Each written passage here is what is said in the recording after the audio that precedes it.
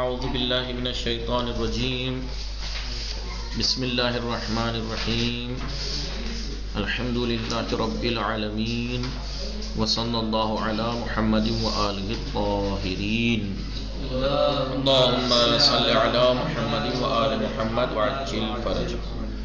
السلام علیکم ورحمۃ اللہ وبرکاتہ۔ خیریت سے آپ سب لوگ ٹھیک ہیں؟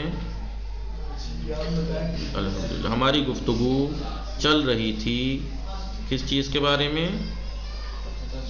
جی ہماری گفتگو چل رہی تھی اس بارے میں کہ خدا کی شناخت اور معرفت، خدا کے وجود کی شناخت اور معرفت فطری ہے۔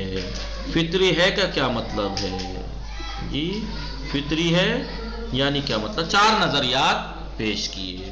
دو نظریات سے تو یہ ثابت کیا تھا کیونکہ خدا موجود ہے، یہ قضیہ یا تو اسے دلیل کی ضرورت ہے ہی نہیں، اتنا واضح ہے، یا دلیل کی ضرورت ہے، وہ دلیل اتنی واضح ہے کہ اسے تلاش کرنے کی ضرورت نہیں، دلیل خود موجود ہے۔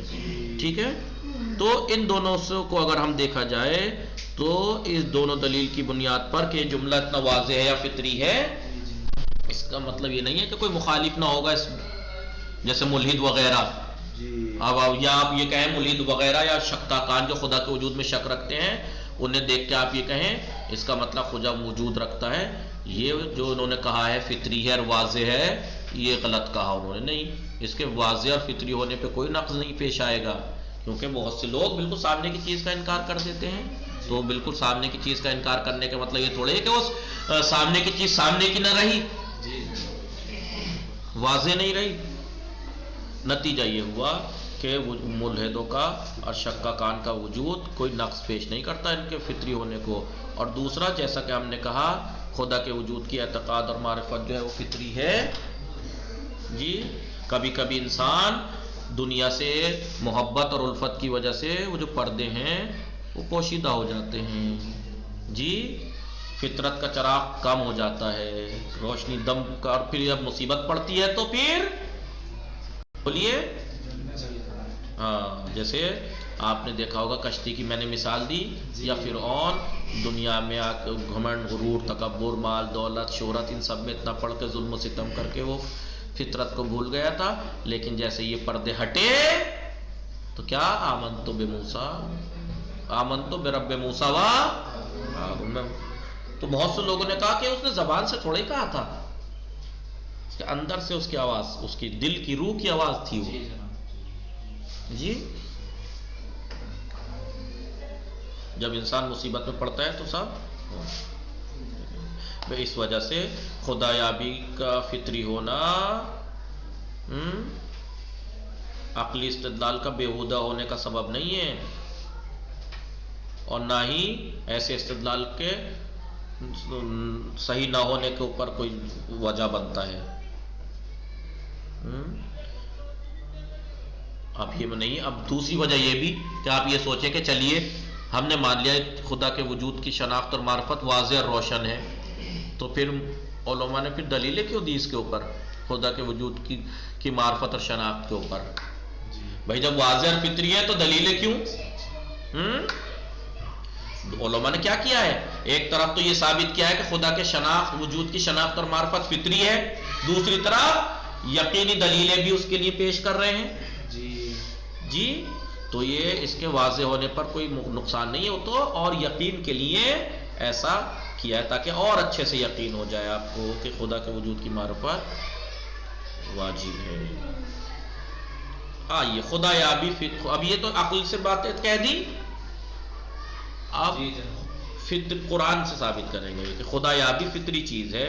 حالانکہ آپ یہ مت سوچے گا قرآن سے ہے تو یہ نقلی ہو گئی، نقلی کے ہونے کے ساتھ ساتھ عقلی بھی ہے، کیونکہ قرآن میں کوئی بات عقل سے ثابت ہونے کے بعد ہی آئی ہے، پہلے عقلی اعتبار سے ثابت ہے تب قرآن میں ہے۔ جی سمجھ رہے ہیں آپ؟ کبھی آپ سوچیں بس قرآن کی باتیں الگ ہیں اور عقلی باتیں الگ ہیں، نعوذ باللہ۔ قرآن کی باتیں ساری عقل کی کسوٹی پہ پہلے کھری اترتی ہیں، پھر وہ نقل بنتی ہیں، نقلی کہلاتی ہیں۔ لہٰذا اگر یہاں پر قرآن میں کوئی بات اگر آئی ہے خدا کے وجود کے اوپر، دلیل آیت آئی ہے، تو وہ عقل سے ثابت کی گئی ہے۔ یہ قرآن میں بتائیں گے. خدایابی فطری، خدایابی فطری یعنی خدا کے وجود کی معرفت اور شناخت، یعنی اس کو پانا فطری ہے، یہ قرآن میں. آیات و روایات فراوانی، فراوانی بہت سی آیات اور روایات، آیات بھی روایات بھی در تائید نظریہ فطری بودن خدایابی وجود دارن، خدایابی کے، خدا کو پانے کے، فطری ہونے کے نظریے کو، خدا کو پانا فطری ہے. فطری ہے مطلب کہاوت سنی ہے لوگ تو عوامانہ مثال ذرا دوسری دے دیتے ہیں کہ مچھلی کے بچے کو تیرنا نہیں سکھایا جاتا ہے، مچھلی کے بچے کو تیرنا نہیں سکھایا. وہ بہت سے لوگ مثال دیتے ہیں گدھے کے بچے کو لات مارنا سکھاتے نہیں ہیں، خود سیکھ جاتا ہے. تو فطری ہونے کا مطلب خدا کے وجود کی معرفت فطری ہے، یعنی اسے دلیلوں سے ثابت نہیں کیا جاتا ہے، خود آتی ہے، وہ خود آتی ہے جی. تو آیات اور روایات بہت ساری اس نظریے کی تائید کرتی ہیں. کس نظریے کی؟ کہ خدا کو پانا فطری ہے. درنجہ یہاں پہ کچھ گوشے کو ہم ذکر کر کے اکتفا کریں گے. بعض قرآن مجید کی آیات میں دین اسلام کو فطرت سے موافق دین، انسان کی فطرت سے موافق امر تسلیم کیا گیا، شمار کیا گیا کہ انسان، یہ جو دین ہے، دین اسلام انسان کی فطرت سے عین مطابق ہے. فَأَقِمْ وَجْهَكَ لِلدِّينِ حَنِيفًا فِطْرَةَ اللَّهِ الَّتِي فَطَرَ النَّاسَ عَلَيْهَا. دل پاک کے ذریعے، پاک دلانے، پاک دلانے یعنی پاک دل کے ساتھ جی دین کی طرف رخ کرو. یہ ہے اللہ کی فطرت کہ جس فطرت پہ خداوند عالم نے انسان کو خلق کیا، یہ انسان کی فطرت کے مطابق ہے دین کی طرف جانا. لہذا دیکھیے ہر چند این آئے، اگرچہ یہ آیت ظاہر کے اگر ہم دیکھیں برحسب ظاہر کو دیکھنے سے ہر چند، اگرچہ یہ آیت کس مقام میں؟ در مقام بیان فطری بودن دین، دین کے فطری ہونے کو یہاں بیان کر رہی ہے. ظاہراً یہ آیت کس چیز کو؟ خدا کی معرفت کو نہیں، خدا کے وجود کی شناخت کو نہیں، بلکہ دین کو فطری ہونا ثابت کر رہی ہے ظاہراً. اما میتوان ہم بالملازمہ ہم اس سے استدلال کر سکتے ہیں، کیونکہ دین بھی تو خدا کی طرف سے ہے، خدا کے اوپر اعتقاد کو فطری ہونا بھی ہم استفادہ کر سکتے ہیں. کیوں؟ زیرا اس لیے کہ اگر مقصود از دین سے مراد یہاں پر دین کے اعتقادی جو ارکان اور تعلیمات ہیں تو مسلمان خدا کے وجود پر اعتقامات کو بھی شامل ہو جائے گی، کیونکہ خدا کے اوپر اعتقاد ہے جبھی تو وہ دین ہے. اور اگر مقصود آن، اگر اس سے مراد تسلیم اور خضوع، خدا سبحان کے مقابلے پہ تسلیم ہو جانا اور خضوع اختیار کرنا ہے، خدا پرستی بات ہے، تو یقینی طور پر خدا پرستی اس بات کا فطری ہونا اس بات کا لازمہ ہے کہ خدا کی وہ آگاہی پہلے سے آپ کو ہونی چاہیے. بھائی دو ہی تو باتیں، یا تو اس آیت سے ہم یہ ثابت کرنا چاہ رہے ہیں، یہ خدا یہ بتانا چاہ رہا ہے کہ یہاں پر دین سے مراد دین کی اصلی اور اعتقادی تعلیمات ہیں، تو ظاہر سی بات ہے دین کی اصلی اور جو تعلیمات ہیں اور ارکان ہیں تو یقیناً خدا کے وجود کو بھی یہ بات شامل ہو جائے گی. اصلی باتیں دین کے جو اعتقادی ارکان ہیں ان میں توحید بھی تو ہے، تو وہ آ گئی خود بخود خدا کی معرفت نہیں. اور اگر یہاں پر دین سے مراد یہاں پر جو کہا ہے کہ اس کی طرف رخ کرو، اس سے مراد یہ ہے کہ خدا کی طرف خضوع اختیار کرو، اس کے آگے تسلیم ہو جاؤ. تو کسی کے آگے تسلیم جبھی تو ہوں گے جب اس کی شناخت ہوگی. تو اس بات کا لازمہ ہوگا نہیں ہوگا کہ اگر خدا خداوند عالم کی خود پرستش عبادت فطری ہے، یعنی خدا پرستی فطری ہے، تو یقیناً اس بات کا یہ لازمہ ہے کہ اس کے وجود کی معرفت بھی فطری ہے. ایک آیت. دوسری آیت دوسری آیت کہ در خصوص خدا شناسی فطری، خدا کی معرفت کے فطری ہونے کے بارے میں ہم میتوان ازان استشہاد کر اسے گواہ بنا سکتے ہیں. استشہاد باب استفعال سے طلب کے معنی ہے نا، شاہد بنانا، گواہ بنائے. دوسری آیت جو ہم خدا شناسی کے فطری ہونے کے اوپر ہم گواہ بنا سکتے ہیں جس کو، وہ سورہ اعراف کی 172ویں آیت ہے. آئے 172 سورہ اعراف 172ویں آیت سورہ اعراف کی ہے. اس کو ہمان گناہ کے قبل اشارہ کر دیم، جیسا کہ ہم نے پہلے اشارہ کر دیا. اس آیت کو آیہ میثاق کہا جاتا ہے. پہلے آ چکا ہے نا یہ پیچھے، وَإِذَا أَخَذَ رَبُّكَ مِن بَنِي آدَمَ مِن ظُهُورِهِمْ ذُرِّيَّتَهُمْ وَأَشْهَدَهُمْ عَلَىٰ أَنفُسِهِمْ أَلَسْتُ بِرَبِّكُمْ قَالُوا بَلَىٰ. تو اس آیت کو آیہ میثاق، جس میں ایسا عہد و پیمان بھی کہا جاتا ہے، اس آیت کو بھی آپ خدا کی شناخت اور معرفت کے فطری ہونے کے اوپر دلیل بنا سکتے ہیں.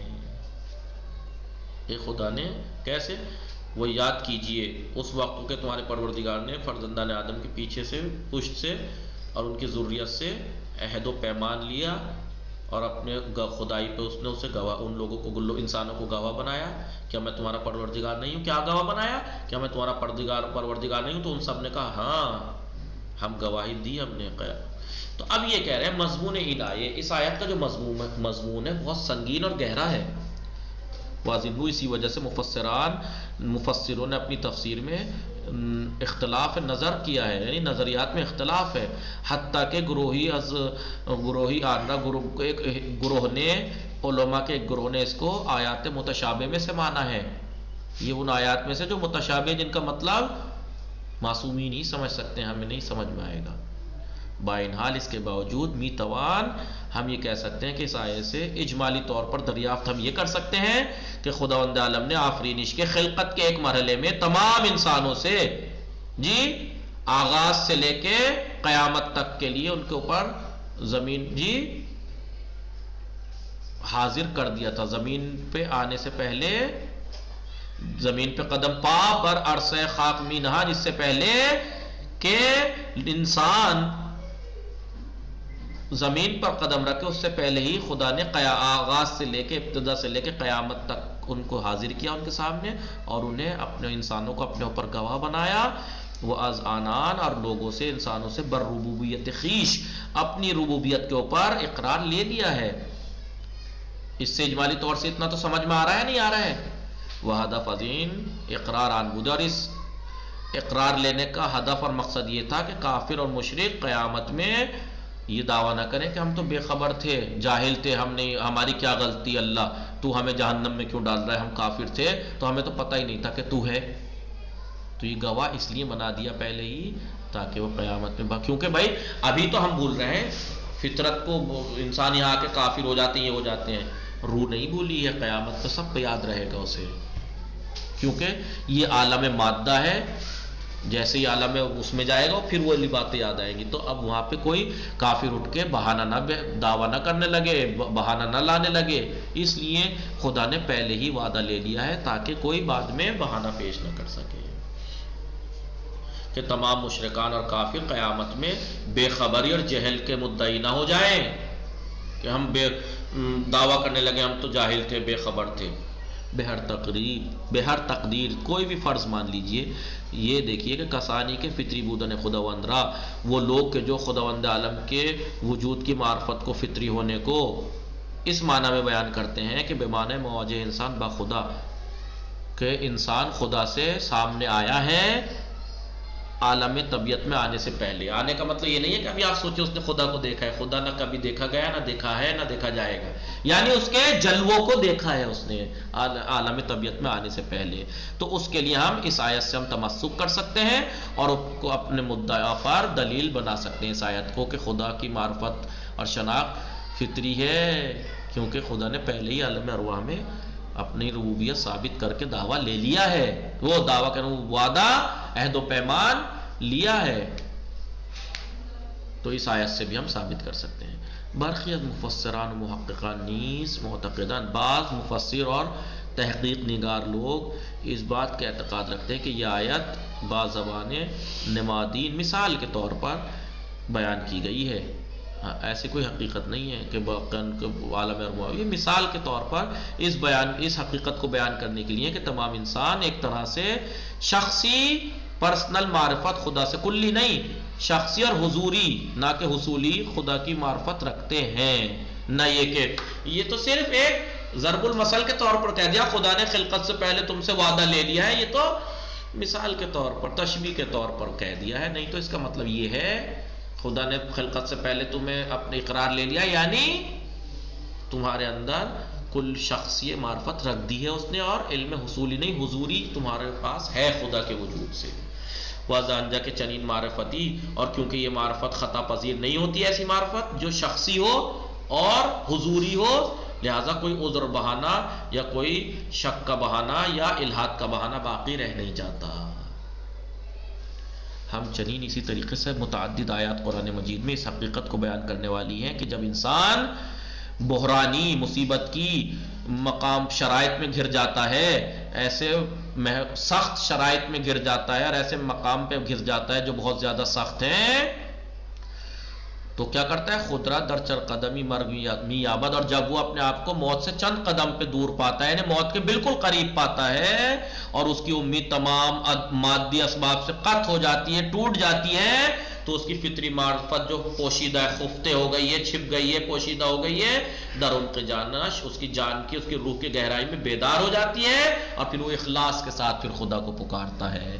فَإِذَا رَكِبُوا، یاد ہے کہ وہ والی کتاب اردو آداب کون سی تھی؟ وہ اصول عقائد، یہ آیت دی تھی فَإِذَا رَكِبُوا فِي الْفُلْكِ. جب وہ وہی والی آیت دی تھی جب انسان کی دنیا میں بعض ٹائم ہوتا ہے کہ وہ فطرت کی آواز دب جاتی ہے، لیکن جب مصیبتیں آتی ہیں تو پھر وہ آواز ابھر کے چلاتی ہے. فَإِذَا رَكِبُوا فِي الْفُلْكِ، جب وہ کشتیوں میں، بڑی بڑی کشتیوں میں سوار ہوتے ہیں اور جب دیکھتے ہیں وہ مصیبت میں گرفتار ہیں، یہاں پہ خطرہ ہے، کوئی کام نہیں آنے والا، تو دعوا اللہ مخلصین، تو اخلاص کے ساتھ اللہ کو پکارتے ہیں. فَلَمَّا نَجَّاهُمْ، لیکن جب وہ نجات پا جاتے ہیں، إِلَى الْبِرِّ، خشکی کی طرف نجات پا جاتے ہیں، نہیں سمندروں سے کناروں پہ آ جاتے ہیں، إِذَا هُمْ يُشْرِكُونَ، پھر وہ شرک کرنے لگتے ہیں، یعنی مصیبت میں ہی خدا یاد آتا ہے انہیں، تو وہ فطرت کی آواز تب نکلتی ہے جب مصیبتیں پڑتی ہیں. از ان آیات نیز، ان آیتوں سے بھی ہم استفادہ کر سکتے ہیں کہ قرآن فطری انسان کی فطری معرفت کو خدا کی، انسان کی جو خدا کے وجود سے معرفت فطری ہے اس کی تصدیق کر سکتے ہیں اس آیت کے ذریعے سے بھی. آیت قرآن سے ثابت ہو گئی، 2 ثبوت لا دیے، اور بھی بہت ہیں، اب روایات سے انشاءاللہ ہم کل پڑھیں گے. وصلی اللہ علی محمد وآلہ الطاہرین. اللہم صلی علی